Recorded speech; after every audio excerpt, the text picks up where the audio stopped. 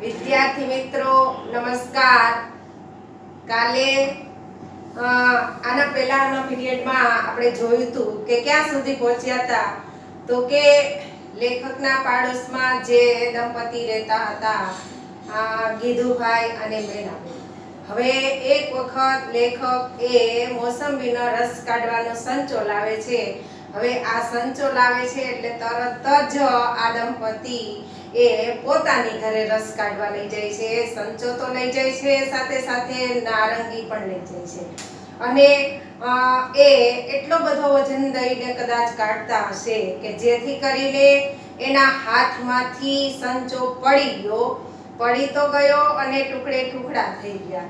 અને પછી જ્યારે ગીધુભાઈ એ લેખકને મળે છે ત્યારે કહે છે કે આવી જાપાનીઝ બનાવટનો સંચો ન લાવતા હોય તો બ્રિટિશ બનાવટનો લાવવો, અને જો એવું લાગતું હોય તો હવે જ્યારે પાછો લેવા જાવ ત્યારે મને સાથે લઈ જાજો, અને આપણે પેલા હાસમ કટલેરી વાળા છે એને ત્યાંથી હું તમને સારો અને સસ્તો અપાવીશ।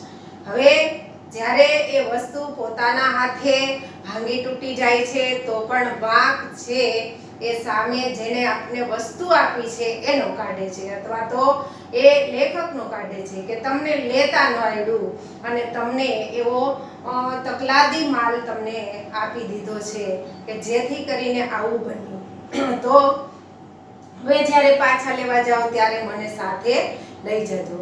અને એક વખત લેખક કેમ કે આખા દિવસમાં ચપ્પુ છે એની જરૂરિયાત તો આપણે ઘણી બધી ઊભી થતી હોય, તો આખા દિવસમાં એ માગ કરવાનું, લેવાનું પાછું આપવાનું, લેવાનું પાછું આપવાનું, તો આવી ઠીક માગ રહેતી।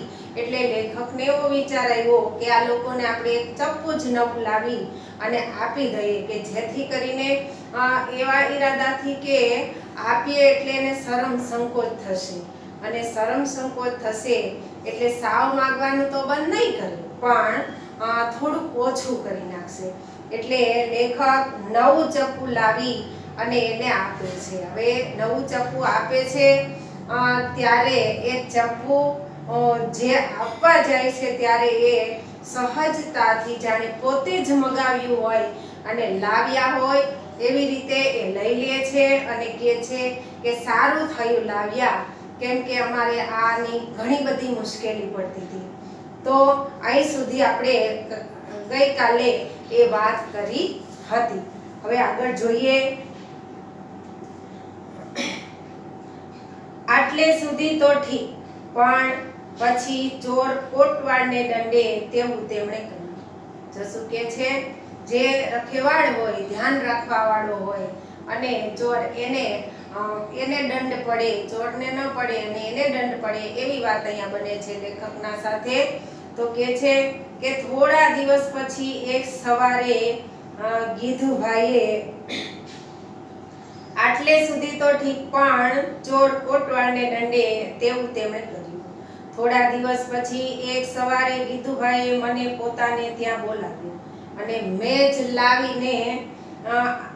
લાવીને ભેટ આપેલ પેલું ચપ્પુ અડધું પાનું ભાંગેલ અને મને બતાવીને કહ્યું। જો શું કે છે, બતાવીને અહીંયા આપેલ અને લાવીને આ ત્રણ કૃદંત થશે। લાવીને છે એને પ્રત્યે લાગેલો છે એટલે સંબંધક ભૂતકૃદંત, આપેલ એ ભૂતકૃદંત થશે અને અહીંયા બતાવીને એ પણ સંબંધક ભૂતકૃદંત થશે, ત્યાં પણ એને પ્રત્યય લાગ્યો છે।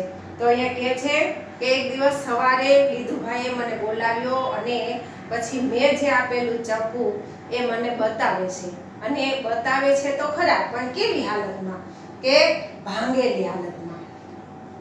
એનું પાનું છે એ બટકી ગયું। પાનું એટલે ચપ્પાનો આગળનો જે ધારવાળો ભાગ છે એને શું કહેવાય? પાનું, ફળું। સમાનાર્થી પૂછાય તો પાનું, ફળું। તો અહીંયા કે છે શબ્દ સમૂહમાં પૂછાય તો ચપ્પાનો આગળનો ધારવાળો ભાગ, તો શું કહેવાય એને? પાનું। પાનું, ધાર, ફળું એ સમાનાર્થીમાં પૂછાય તો બતાવીને કહ્યું, આ જોયું? મેના અત્યારે આનાથી પેલા કાંતાબેનને ત્યાંથી ઉછીનું લાવેલ આખું કોળું કાપતી હતી ત્યાં અચાનક તેનું પાનું બટકી ગયું અને ચપ્પુ તેના હાથમાંથી છટકી સામી બાજુ ઉડીને પડ્યું. જો શું કે છે કે જે વસ્તુ કાપતા હતા એ પણ ઉછીની લાવેલી.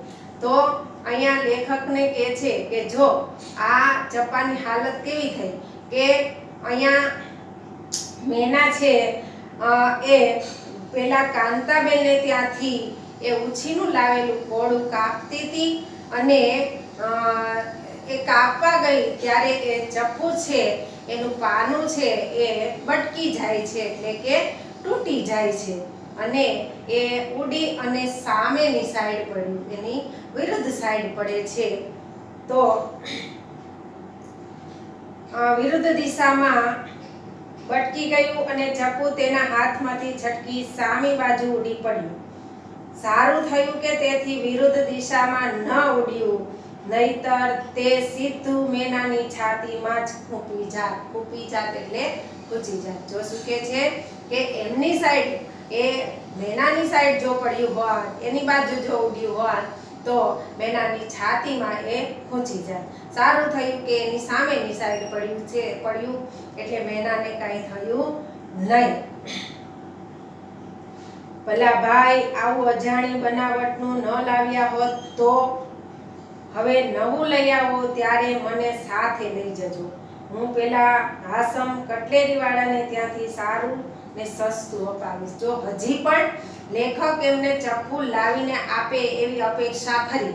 તો શું કે છે આવી હલકી બનાવટનું ન લાવતા હોય તો, અજાણી બનાવટનું ન લાવતા હોય તો, અને હવે જ્યારે એ ચપ્પુ લાવો ત્યારે એ મને સાથે લઈ જજો અને હાસમ કટલેરી વાળાને ત્યાંથી હું સારું ને સસ્તું અપાવીશ. પણ હજી એનો ઈરાદો કેવો છે, આશય કેવો છે કે હજુ પણ લેખક જ ખરીદીને આપે, પોતાને હજી ખરીદવું નથી. લેખક ખરીદીને આપે અને એ ચપ્પાથી જ પોતાનો વ્યવહાર ચલાવવો છે, આવો આશય હતો. જો લેખકે એને ચપ્પુ આપ્યું ત્યારે એને એવું હતું કે કદાચ ઓછા થઈ જશે, માગશે નહીં, સાવ નહીં માગે એવું તો નહીં બને, પણ ઓછું થઈ જશે. પણ એને કોઈ એની અસર થતી નથી અને સામેથી કહે છે કે હવે ચપ્પુ લાવો ત્યારે મને સાથે લઈ જાજો અને આપણે હાસમ કટલેરી વાળાની ત્યાંથી લાવીશું.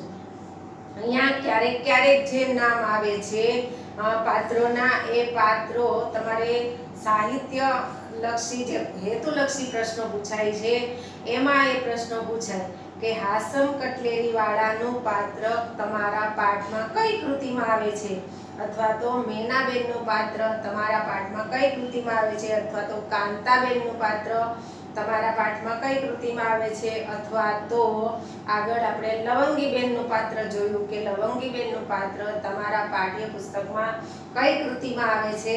તો તમારે લખવું પડે ઉછીનું માગનારાઓ. તો આવી રીતે પાત્રો પણ સાહિત્ય પરિચયમાંથી જ્યારે પ્રશ્નો નીકળતા હોય, પાઠમાંથી જ્યારે પ્રશ્નો નીકળતા હોય ત્યારે હેતુલક્ષીમાં આવા પ્રશ્નો પૂછાઈ શકે. મેં કહ્યું, હિતુભાઈ ચપ્પુ તો પેલી ખૂબ જાણીતી બનાવટનું હતું અને પછી વાતાવરણ હળવું બનાવવાની ઈચ્છાથી હસીને મેં કહ્યું, ચપ્પુ તો સારી બનાવટનું હતું, જેવું તેવું નહોતું, કેમ કે સસ્તું નહોતું, એ તો ખૂબ સારી જાતનું હતું.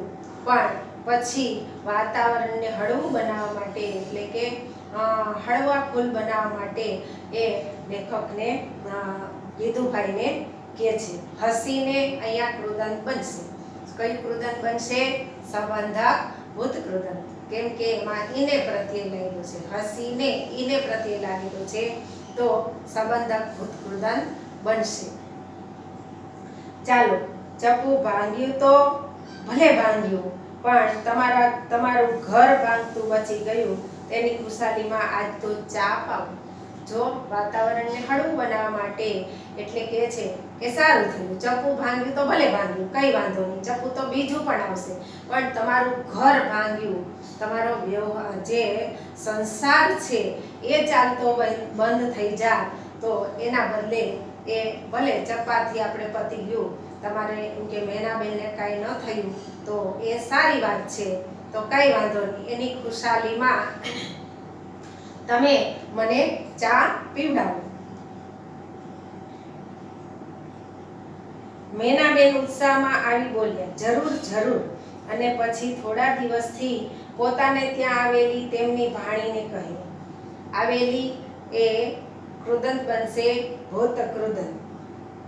તો અહીંયા શું કહે છે કે મેનાબેન ઉત્સાહમાં આવી ગયા એટલે આનંદમાં આવી ગયા, પોતાને કાંઈ થયું નહીં એટલે. અને પછી એ પોતાને ત્યાં ઘણા દિવસોથી એમની ભાણી આવી હતી, બેનની દીકરી, તો એને એ બોલાવીને કહે છે, ભાણી જા તો બહેન કાકાને ત્યાં જઈ કાકીને ચા પીવા બોલાવી લાવ. બોલાવી છે એ પણ કૃદંત બનશે.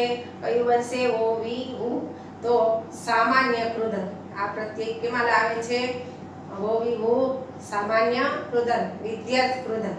તો કે છે કે જા અને કાકીને પણ ચા પીવા બોલાવી લાવ. અને તેમને કહેજે કે સાથે થોડા ઉછીના ચા ખાંડ અને કપ રકાબી ગળણી લાવે. અને રહે તો જરા જોઈ લો. હા, અડધો શેર દૂધ પણ ઉછીનું લેતા આવે. જો શું કે છે, ચા પાણી પીવા તો બોલાવે છે, લેખક તો ત્યાં બેઠા હતા, એમની પત્નીને પણ બોલાવે છે, કાકીને બોલાવી લાવ, પણ શું કે છે, કપ રકાબી પણ લાવે, ચા ખાંડ પણ લેતા આવે, અને સાથે સાથે અડધો શેર દૂધ પણ લેતા આવે, કે જેથી કરીને એના ઘરમાં દૂધ પણ નથી, ચાખાંડ પણ નથી, તો બીજાના ચાખાંડે અને દૂધે એ ચા પીવડાવીને એને પાવાનો ઈરાદો છે. તો કે ઉછીનું લેતા આવે. હવે ઉછીનું કોને કે? ઉછીનું એને જ કહેવાય કે જે આપણે કોઈની વસ્તુ લઈએ અને પાછી આપી દઈએ, એને ઉછીનું કહેવાય. આ તો ઉછીનું લાવે પણ કઈ જ પાછું આપતા નથી. કઈ વસ્તુ પાછી ન આપે તો એને ઉછીનું કહેવાય નહીં. તો આવી રીતે પાડોશી એ લેખકનું શોષણ કરતા હતા. મેં જરા ધીમેથી ઉમેર્યું, અને ભાણી સાથે સાથે બાકસ અને પિન પણ લાવે તેમ કહેજો, જેથી ફરી આટો ન થાય. જો ફરી આટો ન થાય એટલે ફરીથી ત્યાં જવું ન પડે લેવા. શું કે છે કે સાથે સાથે બાકસ પણ લાવે અને પિન પણ લાવે. પ્રાઇમર્સમાં જે ભરાવાની પિન આવે, વાલો આવે, એ પણ લેતા આવે, કે જેથી કરીને ફરીથી આપણે જવું પડે નહીં. મેનાબેને કહ્યું, હા હા, તમે ઠીક યાદ દીધું. બાકસ અને પિન તો તમારે ત્યાંથી ઉછીના લાવેલ પડ્યા છે. લાવેલ એ ભૂત કૃદંત થશે, એલ પ્રત્યે લાગેલું છે, તો લાવેલ એ ભૂત કૃદંત. તો કે છે કે હા હા, સારું થયું યાદ તમે દેવડાવ્યું, કેમ કે બાકસ ને પિન તો એ ક્યારના પણ તમારી ઘરેથી ઉછીના લાવીને અમારી ઘરે પડ્યા છે. પણ બાકસમાં દિવાસળી નથી અને પિનમાં વાલો નથી. કહેવાની જરૂર ન હોય કે પ્રાઇમસ તો અમારી પાસેના બેમાંનો એક, તેમને ત્યાં કાયમ ઉછીનો રહેતો, અને કેરોસીન તો અત્યાર સુધીમાં તેઓ ડબ્બા મોઢે ઉછીનું લઈ ગયેલા. તો શું કે છે કે જે બાકસ ને પિન તો પડી છે, પણ બાકસમાં દિવાસળી નથી, પિનમાં વાલો નથી, તો એ તો ચાલેવા નથી, એટલે ફરીથી લેતા આવે. અને પ્રાઇમસ તો એ કેટલાય વખતથી લેખકને ત્યાં બે હતા, એટલે એમાંથી એક આ લોકોને ક્યારનોય એ વાપરવા આપી દીધો છે. અને એમાં પૂરવા માટે કેરોસીન, તો કેરોસીન તો કેટલું બધું અત્યાર સુધીમાં ડબ્બા મોઢે એ અમારી પાસેથી લઈ ગયેલા છે. ડબ્બા મોઢે એટલે કે ડબ્બાને ડબ્બા ભરીને એ અમારે ઘરેથી લઈ ગયા છે. તો આ લોકો કેવા નિર્લજ્જ કહેવાય કે જીવન જરૂરિયાતની જે વસ્તુઓ છે એ પણ પોતાના ઘરમાં એ રાખતા નથી, અને બીજા પાસેથી ઉછીની લઈને જ એ રોડવે છે, ચલાવી દે છે. કેરોસીન સમાનાર્થીમાં પૂછાય, કેરોસીન, ગેસ તેલ, ઘાસલેટ. કેરોસીન, ગેસ તેલ, ઘાસલેટ એ સમાનાર્થીમાં પૂછાય. તો ઓછીની વસ્તુ માગ્યા કરવાના સ્વભાવવાળા આપણી પાસેથી કોઈ પણ વસ્તુ માગી શકે છે. તેમાં તેમને વિવેક હોતો નથી.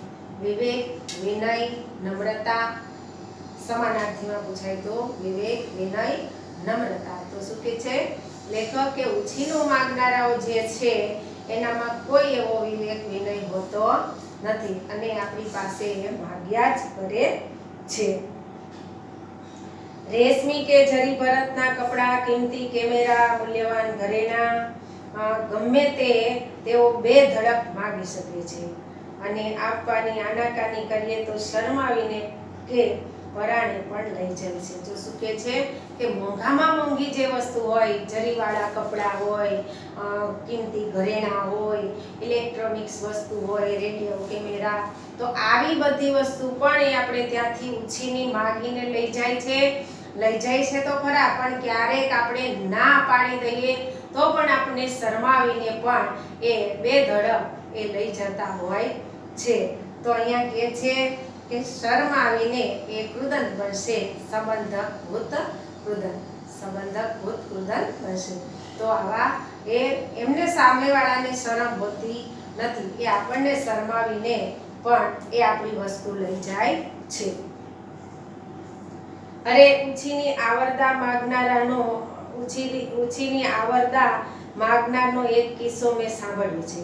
અમારા ગામમાં ઘણા વર્ષ અગાઉ એક ડોશીમાં થઈ ગયા. જો માગવાની વસ્તુ તો માગી પણ ન માગવાની વસ્તુ પણ માગી. આવરદા એટલે આયુષ્ય, આવરદા એટલે આયુષ્ય. તો શું કે છે કે અરે વસ્તુઓ તો માગી શકાય તો માગે, પણ એમાં એ નિર્લજ્જતા, એને એટલે કે લજ્જા વગરના હોય છે, શરમ વગરના હોય છે. વસ્તુઓ તો માગે છે પણ એક કિસ્સો, એક બનાવ, અહીંયા એક ઘટના, કિસ્સો, બનાવ, ઘટના સમાનાર્થીમાં પૂછાય. એવી એક ઘટનાની અહીંયા વાત કરે છે કે એક ડોશી એ અમારા ગામમાં થઈ ગયા છે, જેણે ઉછીનું આયુષ્ય માગ્યું હતું. ઉછીનું આયુષ્ય માગ્યું હતું. જન્મારો આખો બીજાની વસ્તુઓ ઉછીની માગીને જ રહેલા, માગીને અને રહેલા એ બે કૃદન થાય છે.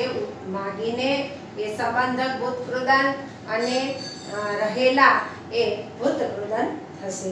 માગીને જ રહેલા, તેથી લોકો તેમને ઉછી ડોશી જ કહેતા. જો એનું નામ પડી ગયું, કેમ કે આખો જન્મારો, આખું જીવન એમણે ઉછીની વસ્તુ માગીને જ એને ચલાવી દીધું છે, પોતાના જીવનને પૂરું કર્યું છે. તો કે છે કે એટલે એનું નામ પડી ગયું. કેવું નામ પડી ગયું? ઉછી ડોશી. ઉછી ડોશી 80-85 વર્ષની ઉંમરે પહોંચેલા. કેટલા થયા ઉંમરના? 80-85 વર્ષની ઉંમરે પહોંચેલા. 80-85 વર્ષનું વિશેષણ બનશે. 80-85 અને આ વાક્ય પૂછાય એ લેખન રૂઢિમાં, તો 80-85 છે, તમારે એને શબ્દોમાં લખવું પડે. શું કરવું પડે? શબ્દોમાં. આંકડામાં લખાય નહીં. તો લેખન રૂઢિમાં તમારે એ અંકના શબ્દો જે હોય એને શબ્દોમાં લખવા પડે. ઉછી ડોશી 80-85 વર્ષની ઉંમરે પહોંચેલા, મરણ પથારીએ પડ્યા. મરણ પથારીએ પડ્યા એટલે મરવાની ઉંમરે પહોંચી ગયા હતા. મરણ પથારીએ પડ્યા. એક ભલો આધેડ ઉંમરનો વૈદ્ય તેમની દવા કરે. આધેડ એટલે એ પણ 50 ઉપરનો હોય એવો એક વૈદ્ય એમની દવા કરે છે. ડોશીનો અંતકાળ નજીક જાણી વૈદ્યે તેમને કહ્યું. ડોશી હવે એમ કે જાજુ રહેશે નહીં, એટલે વૈદ્ય એમને કહે છે, માજી કાંઈ ઈચ્છા હોય તો પૂરી કરી લો અને રામ નામ લો. અને એ વૈદ્ય એને કહે છે કે માજી તમારી કાંઈ છેલ્લે જો ઈચ્છા હોય તો ઈચ્છા પૂરી કરી લો અને ભગવાનનું નામ લ્યો. હવે તમારે એમ કે જાજો સમય કાઢવાનો નથી. હવે તમે આયુષ્ય પૂરું કરવાના આરે પહોંચી ગયા છો. અંતકાળમાં જ તમારું મૃત્યુ થશે, એટલે તમારી છેલ્લી ઈચ્છાઓ જે હોય એ ઈચ્છાઓ પૂરી કરી લો અને ભગવાનનું નામ સ્મરણ કરો. રામ નામ લ્યો એટલે ભગવાનનું નામ સ્મરણ કરો. ડોશીએ ક્ષીણ અવાજે વૈદ્યને પાસે બોલાવી ધીમે ધીમે તેના કાનમાં કહ્યું.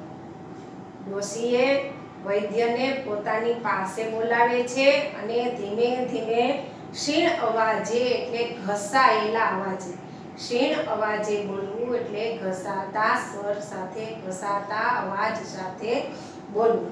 તો બોલાવી છે એ પણ કૃદંત થશે. શું થશે? કૃદંત. કયું થશે? વિદ્યર્થ કૃદંત. વિદ્યર્થ કૃદંત, સામાન્ય કૃદંત.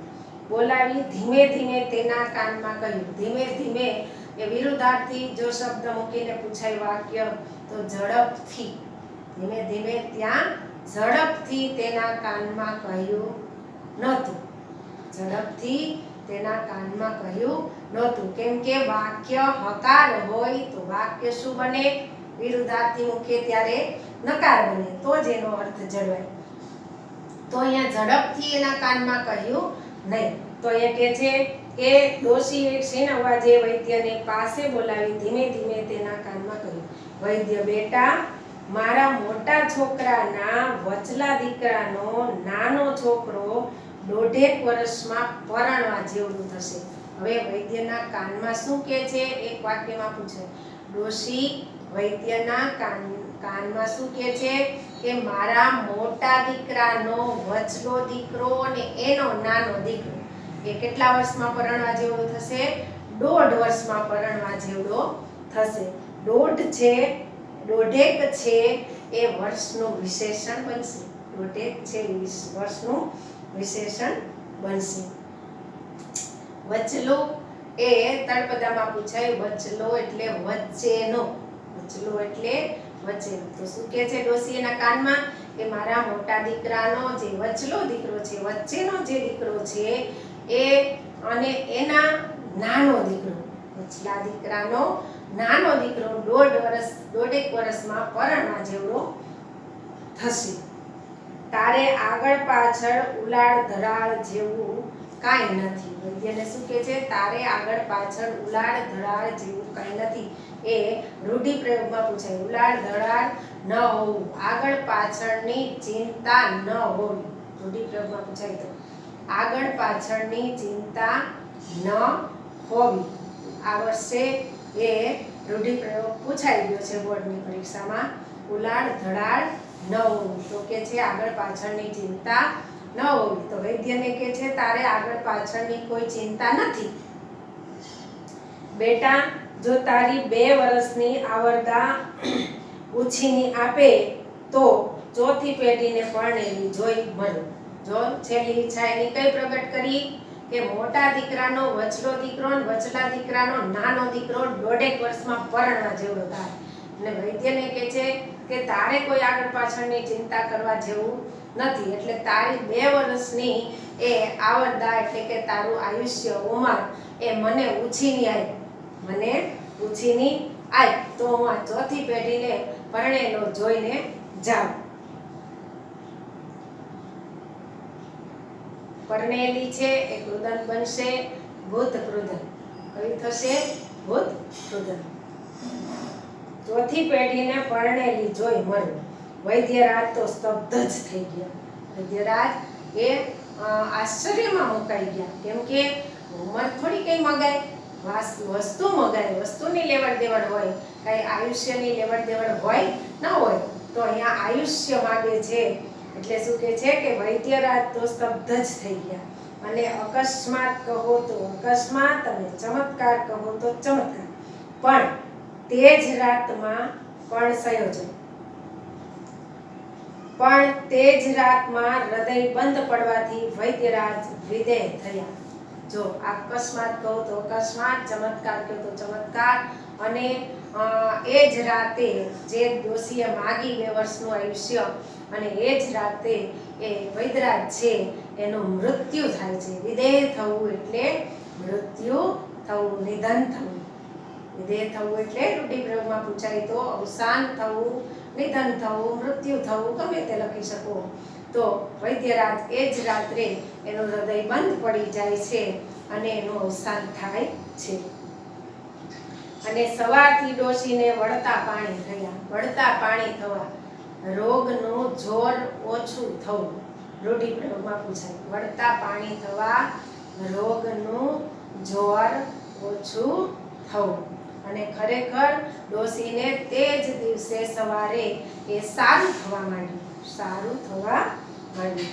તે પછી ઊંચી ડોશી ખાસા 2 વર્ષ જીવ્યા અને દીકરાને પરણિત જોઈ શક્યા. તો શું કે છે, તે પછી ડોશી કેટલા વર્ષ જીવ્યા? 2 વર્ષ જીવી ગયા. કેટલા? 2 વર્ષ જીવી ગયા. એમની જે ઈચ્છા હતી ને ચોથી પેઢીને પરણાવવાની, તો ચોથી પેઢીને પરણાવવા માટે જીવિત રહ્યા. 2 વર્ષ જીવિત રહ્યા અને ચોથી પેઢીના એટલે કે મોટા દીકરાના વચલા દીકરો અને વચલા દીકરાના નાના દીકરાને પરણાવીને એ પછી ગયા. 5મી પેઢી જોવાની વાસના ડોશીને હતી જ. હજી ચોથી તો જોઈ, પણ 5મી પેઢીને પણ હજી એને જોવી હતી. તો અહીંયા શું કે છે, ડોશીને 5મી પેઢી જોવાની વાસના ડોશીને હતી. જોવાની કૃદંત બનશે ભવિષ્ય કૃદંત. કયું કૃદંત? ભવિષ્ય કૃદંત. પણ ફરીવાર જ્યારે માંદા પડ્યા ત્યારે કુટુંબી કે વૈદ્ય ડોક્ટર કોઈ તેમના ખાટલા પાસે ફરક્યું નહીં. રખે ડોશી આવરદા ઉછીની માગે. અહીંયા સંભવિત સૂચન કર્યું છે, ઉત્પ્રેક્ષા અલંકારનો આશરો લીધો છે કે ફરીથી જ્યારે ડોશી બીમાર પડે છે ત્યારે પોતાના પરિવારના પણ કુટુંબીજનો કે કોઈ ડોક્ટર એની પાસે ફરક્યું નહીં, એટલે કે એની પાસે ગયું પણ નહીં. કેમ કે કદાચ એ ફરીથી ડોશી એ જો પોતાનું આયુષ્ય ઉછીનું માગે તો, અને ફરીથી આ ડોશી જીવે તો, એટલે કોઈ એની પાસે જતું નથી. તો અહીંયા આ ખૂબ સરસ મજાનો એ પાઠ આપણે પૂરો કર્યો કે સમાજની અંદર આવું બનતું જ હોય છે. શોષણ આવા 2 વર્ગો ચાલતા હોય છે અને શોષક હોય શોષક જ રહે છે અને જે શોષિત હોય એ શોષિત જ રહે છે. કાયમ બીજાથી એનું શોષણ જ થતું હોય છે અને જે શોષણ કરનાર હોય એ હંમેશા શોષણ કરનાર શોષક જ રહે છે. તો આવી રીતે લેખકે એક નિર્દેશ કર્યો છે કે આવા લોકો એ કાયમ આપણી પાસેથી વસ્તુ માંગી અને એ પોતાનું જીવન એ ઘર વ્યવહાર ચલાવતા હોય છે. હવે પાઠ્યપુસ્તકમાંથી સાહિત્ય પરિચયમાંથી પ્રશ્નો પૂછાય હેતુલક્ષીમાં. તો કાલે પણ આપણે વાત કરી હતી કે ઉછીનો માગનારાઓ પાઠના લેખક કોણ? તો નટવરલાલ પ્રભુલાલ બોઝ. ક્યાંના વતની હતા? તો કે ગોંડલના વતની હતા. એમનો સાહિત્ય પ્રકાર કયો? તો કે હાસ્ય નિબંધ. આ પાઠ કઈ કૃતિ શેમાંથી લીધેલો છે? તો રામ રોટી બીજીમાંથી. અને અહીંયા કે એમને કયા પારિતોષિકથી સન્માનિત કરવામાં આવ્યા છે? તો કે હાસ્ય ગુજરાતી સાહિત્ય પરિષદનું જ્યોતિન્દ્ર દવે હાસ્ય પારિતોષિક એને પ્રાપ્ત થયું છે. દર્શક ફાઉન્ડેશન તરફથી એમને દર્શક એવોર્ડ પણ મળેલો છે. તો અહીંયા આપણે આ પાઠની અંદર જે પૂછાતા પ્રશ્નોની પણ વાત કરી. એક વાક્યના પ્રશ્નો જે પૂછાતા હોય એનું પણ હું તમને ધ્યાન દોરતી ગઈ છું અને સાથે સાથે એમાં જે આવતા પાત્રો છે એ પાત્રોની પણ આપણે વાત કરી કે કાંતાબેન છે, લવંગીબેન છે, લીધુભાઈ છે, મેનાબેન છે, ઉછી ડોશી છે. આવા જે પાત્રો છે એ પાત્રો કઈ કૃતિમાં આવે છે એવું પણ ક્યારેક હેતુલક્ષીમાં પ્રશ્નો પૂછાઈ શકે. અને હા, કે અહીંયા જે છેલ્લો પેરેગ્રાફ છે આપણે જોયો, છેલ્લો પેરેગ્રાફ એ વિચાર વિકાસ ક્રમમાં બોર્ડની પરીક્ષામાં પૂછાયેલો છે. એટલે આવા પેરેગ્રાફ પણ પૂછાવાની શક્યતા ખરી કે ડોશી ક્ષીણ અવાજે વૈદ્યને પાસે બોલાવીને ધીમે ધીમે તેના કાનમાં કહ્યું. અહીંથી છેક નીચે રખે ડોશી આવરદા ઉછીની માગે ત્યાં સુધી આખો પેરેગ્રાફ વિચાર વિકાસ ક્રમમાં પૂછાય. વિચાર વિકાસ ક્રમ છે એ 5 ગુણનો હોય છે. કેટલા? 5 ગુણ. જો સ્ટેપ બાય સ્ટેપ તમારા વાક્યો સાચા હોય તો તમારે 5 ગુણ તમને એના પૂરા મળે છે, પણ અધવચ્ચે પણ જો પહેલેથી જ તમે શરૂઆત ખોટી કરો તો તમને એક પણ માર્ક્સ મળતો નથી. પણ શરૂઆતથી તમારા 3 4 કે 4 વાક્યો સાચા હોય તો તમને એના 3 ગુણ મળી શકે છે. પણ પાછળથી સાચા હોય ને આગળથી ખોટું હોય તો તમને એનો એક પણ ગુણ મળતો નથી. તો આપણે અહીંયા આ પાઠ પૂરો કરીએ છીએ વિદ્યાર્થી મિત્રો. પણ તમારે જ્યારે વાંચો ત્યારે સાહિત્યલક્ષી જે પ્રશ્નો પૂછાય છે સાહિત્ય પરિચયમાંથી એ પ્રશ્નો ઉપર પણ ખાસ ભાર મૂકો. વ્યાકરણની દ્રષ્ટિએ પણ અગત્યનો છે આ પાઠ. વિચાર વિકાસ ક્રમની દ્રષ્ટિએ પણ આ પાઠ અગત્યનો છે. અને આપણે આજે આ પાઠ અહીંયા પૂરો કરીએ છીએ. અસ્તુ.